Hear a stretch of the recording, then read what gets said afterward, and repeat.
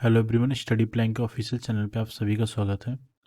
आज हम CTET paper 2, क्योंकि कम समय बचा हुआ है, तकरीबन आप समझ लो कि एक एक महीने के से थोड़ा सा समय ज़्यादा बचा हुआ है। तो इतने कम समय में सारा का सारा सिलेबस कैसे कवर कर लिया जाए, और मैं आपको एक ऐसा स्ट्रेटजी और प्लान बताऊंगा जिससे सारा का सारा सिलेबस आप इजीली कवर करके लेके जाओगे।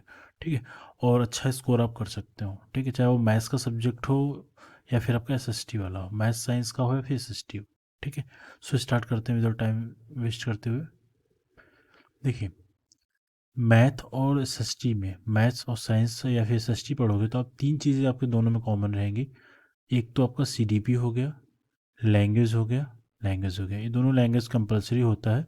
एक आप जैसा भी कॉम्बिनेशन आपका हो, हिंदी इंग्लिश का हो या फिर वॉट एवर, बहुत सारे ऐसे कॉम्बिनेशन होते हैं, उसके अकॉर्डिंग आपने जो चॉइस करे हो।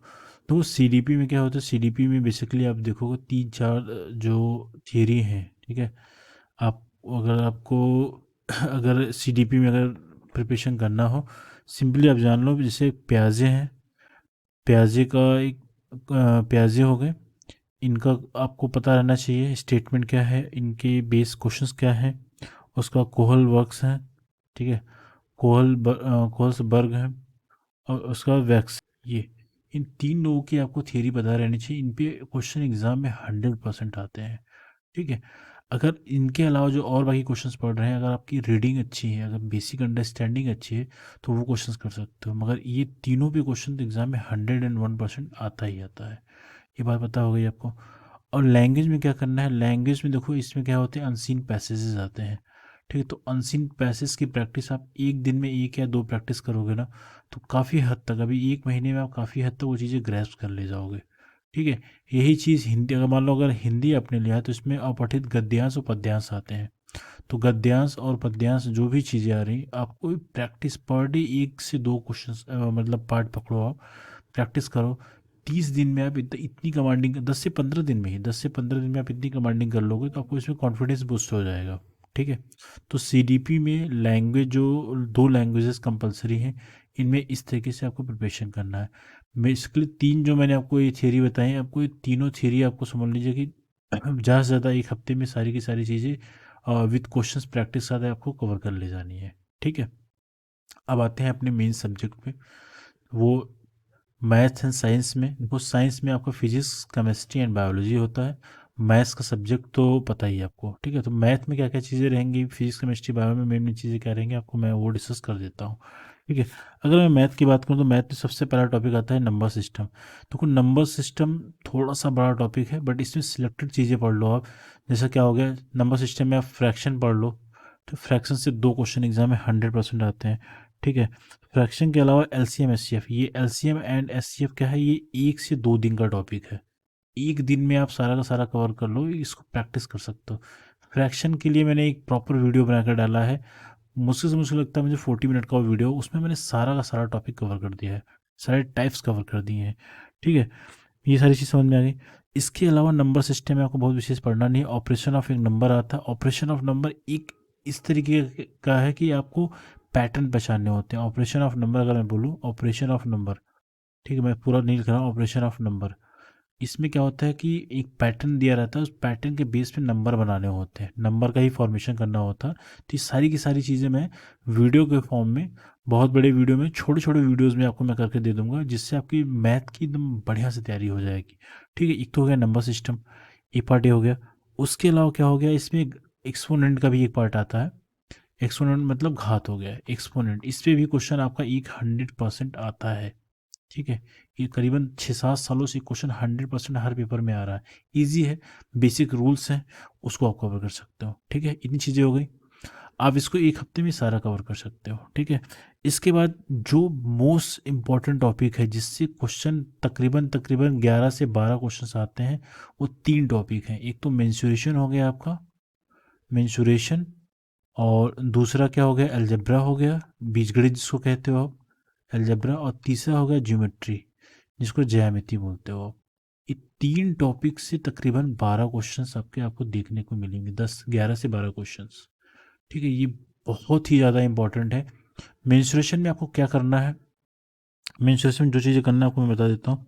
मेंसुरेशन में कुछ सिलेक्टेड पार्ट हैं, जैसे मेंसुरेशन में आपको शेप पहचानने आना चाहिए, और उसमें क्यूब एंड क्यूबॉइड का पोर्शन जो एग्ज़ाम में आता है वो आप कवर कर सकते हो। क्यूब एंड क्यूबॉइड एग्ज़ाम में हमेशा मैक्सिमम क्वेश्चन उससे बने हैं, तो आप वो देख सकते हो। अलजेब्रा में बेसिक आइडेंटिटी वाले क्वेश्चन हैं, बेसिक आइडेंटिटी, ठीक है। और और एक है इसमें कंडीशनल क्वेश्चन, ये दो चीज़ों पे ही क्वेश्चन बने हैं, ठीक है। और ज्योमेट्री में बेसिक ज्योमेट्री आपको पता रहनी चाहिए, बहुत हाई फाई ज्योमेट्री नहीं आता है, बेसिक ज्योमेट्री रहते हैं। आपको वर्टिकली अपोजिट एंगल, शीर्षाभिमुख कोण, अंतर्विमुख कोण, एकांतर कोण, ये सब बेसिक अंडरस्टैंडिंग पता हो चाहिए। स्ट्रेट लाइन एंगल क्या होता है, उसके बेस पे क्वेश्चंस कैसे बन सकते हैं, तो वो सारी चीज़ें आपको देखना है। इस पे सब, इन सभी को मैं एक एक दो दो वीडियो में के तहत मैं आपको बता दूंगा। ये आप चाहो तो एक हफ्ते में पूरा का पूरा कमांड कर सकते हो। मेंसुरेशन में आपको सारा नहीं पढ़ना, मेंसुरेशन कई शेप्स अलग अलग होते हैं, आपको क्यूब एंड क्यूबॉइड पहले कवर कर लेना है। इस पे क्वेश्चन एग्जाम में आप समझ लो कि अगर 100 क्वेश्चन बने हैं तो उसमें 90 क्वेश्चन या 80 क्वेश्चन उसी पे आ सकते हैं, 90% चांसेस है इसमें आ गया, ठीक है। उसके बाद आप देखोगे तो उसमें सिलेंडर पे भी क्वेश्चन एग्जाम में आया है। तो ये 3 टॉपिक पहले आप कर लो, इसमें जिसमें एग्जाम में मैक्सिमम आया है, तो आप पेपर देख के भी सब चीज़ें एनालिसिस कर सकते हो, ठीक है। इतनी बात समझ में आ गई। तो मैथ के पोर्शन में हो गया। और एक मैंने मीन मोड मीडियन, इसमें एक पार्ट आता है मीन मोड मीडियन। देखो मीन मोड और मीडियन का मतलब क्या हो गया, ये इसके लिए मैंने एक 15 मिनट का एक वीडियो अपने चैनल पर डाला है। उस 15 मिनट में एक टॉपिक आप कवर कर सकते हो, सिर्फ और सिर्फ 15 मिनट में। सिर्फ और सिर्फ इसमें 4 या 5 चीज़ें हैं जो आपको देखना है। तो 15 मिनट के वीडियो को आप चाहो तो 1 या 2 घंटे में एकदम अच्छे से कमांड कर सकते हो, ठीक है। उसके बाद अर्थमेटिक वाला पार्ट है, उसमें अर्थमेटिक के पार्ट से ज़्यादा क्वेश्चन तो बचे नहीं हैं, क्योंकि मैथ्स में 20 क्वेश्चन का कॉन्सेप्ट आता है, कंटेंट वाला पार्ट। और 10 नंबर की आपकी क्या आती है, 30 सॉरी, मैथ्स का पोर्शन, साइंस का पोर्शन, टोटल मिला के कुल कितने आते हैं, 60 नंबर यहाँ से आते हैं, ठीक है। और 60 नंबर यहाँ से आता है। तो आपको 30 नंबर का क्या रहेगा, मैथ्स वाला रहेगा। ये 20 नंबर का कंटेंट का पार्ट रहेगा जो मैंने आपको यहाँ पे बताया है, ठीक है। और इसमें अर्थमेटिक वाले पार्ट में आपका परसेंटेज वाला भी पार्ट आता है, और प्रॉफिट एंड लॉस, ठीक है, और SICI। तो इनसे मिला जुला के आप समझो कि 3 से 4 क्वेश्चंस बनते हैं, बहुत ज़्यादा 3 से 4 क्वेश्चंस बनेंगे। लेकिन आपने नंबर सिस्टम या फिर ये जो मैंने 3 टॉपिक बताया, मेंसुरेशन, अलजेब्रा, ज्योमेट्री, अगर इतना कर लिया, 20 में से आपके 16-17 क्वेश्चन नंबर आपके पक्के हो जाएंगे, ठीक है। ठीक, और बाकी की अर्थमेटिक के percentage, profit loss, mean mode median कर लिया। मीन मोड मीडियन मैंने 15 मिनट का एक वीडियो बनाया, वहाँ से आप देख सकते हो। अब आते हैं SST में। तो SST में एक लिमिटेशन है, बहुत सारी चीज़ें लिमिटेड है।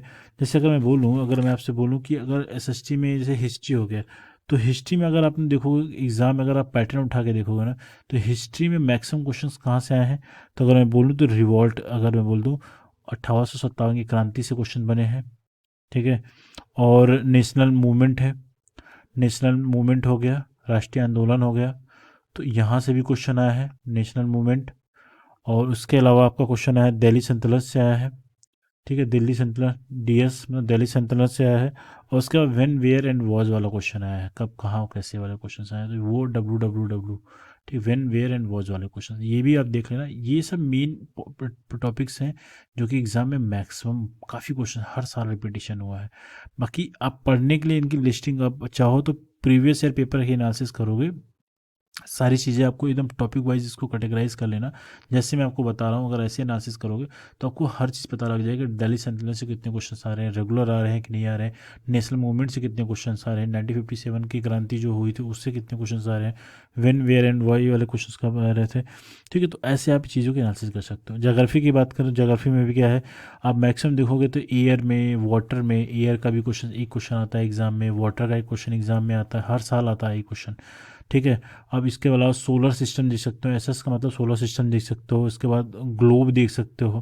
तो इन सब टॉपिक से क्वेश्चन हर एक साल बने हैं, और इसको पढ़ने में ज़्यादा टाइम नहीं लगेगा। बेसिक्स कुछ चीज़ें फिक्स हैं कि इतना ही पढ़ना है, और आप सारा की सारा कवर कर सकते हो, ठीक है। इसके बाद आपका बचता है सोशल एंड पॉलिटिकल लाइफ। देखो इसमें क्या क्या चीज़ें, इसमें भी कुछ चीज़ें फिक्स है, जैसे कॉन्स्टिट्यूशन हो गया, ठीक है, कॉन्स्टिट्यूशन मतलब संविधान हो गया, इसके बेस क्वेश्चन इससे बनते हैं, ठीक है, कॉन्स्टिट्यूशन हो गया। इसके बाद आपका डाइवर्सिटी हो गया, ठीक है, आपको डाइवर्सिटी हो गया, ये सारी चीज़ें। और गवर्नमेंट हो गया, गवर्नमेंट हो गया। इसके बाद कभी कभी क्या होता है, इसमें आपसे पूछा जाता है फंडामेंटल राइट्स पूछ लेता है, है ना। आर्टिकल 14 से स्टार्ट है, 27 तक गया है, तो वो सारी चीज़ें पता रहनी चाहिए। अगर मैंने कह दिया कि आर्टिकल 40 किसके लिए आधारित पे बेस है, तो आप बोलोगे सर ग्राम पंचायत पे बेस है। तो कुछ बेसिक बेसिक इसके आर्टिकल्स ही पूछे जाते हैं, ठीक है। फंडामेंटल ड्यूटीज़ क्या हैं, तो वो सारी चीज़ पता रहनी चाहिए। बेसिक बेसिक चीज़ें, फंडामेंटल राइट्स तो बहुत इंपॉर्टेंट है। शिक्षा किस वाले फंडामेंटल राइट के अंतर्गत आता है? शिक्षा का अधिकार। सभी बच्चों को फ्री में शिक्षा दी जाती है, किस आर्टिकल के अंदर आता है? तो बेसिक बेसिक चीज़ें आपको पता रहनी चाहिए।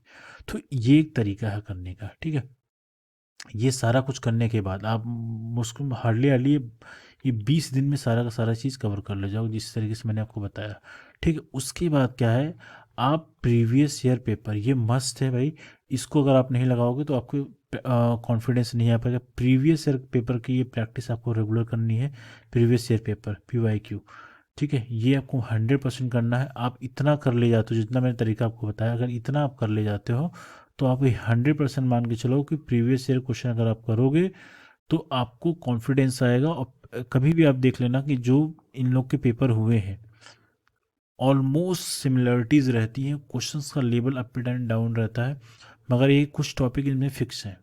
पेपर का पैटर्न फिक्स है। जैसे मैथ्स में बता दूं, मैथ्स में पैटर्न फिक्स है, केवल डेटा चेंजेस होते हैं, ठीक है। तो मैं मैथ्स का भी टॉपिक आपको रेगुलर वे में दे रहा हूँ।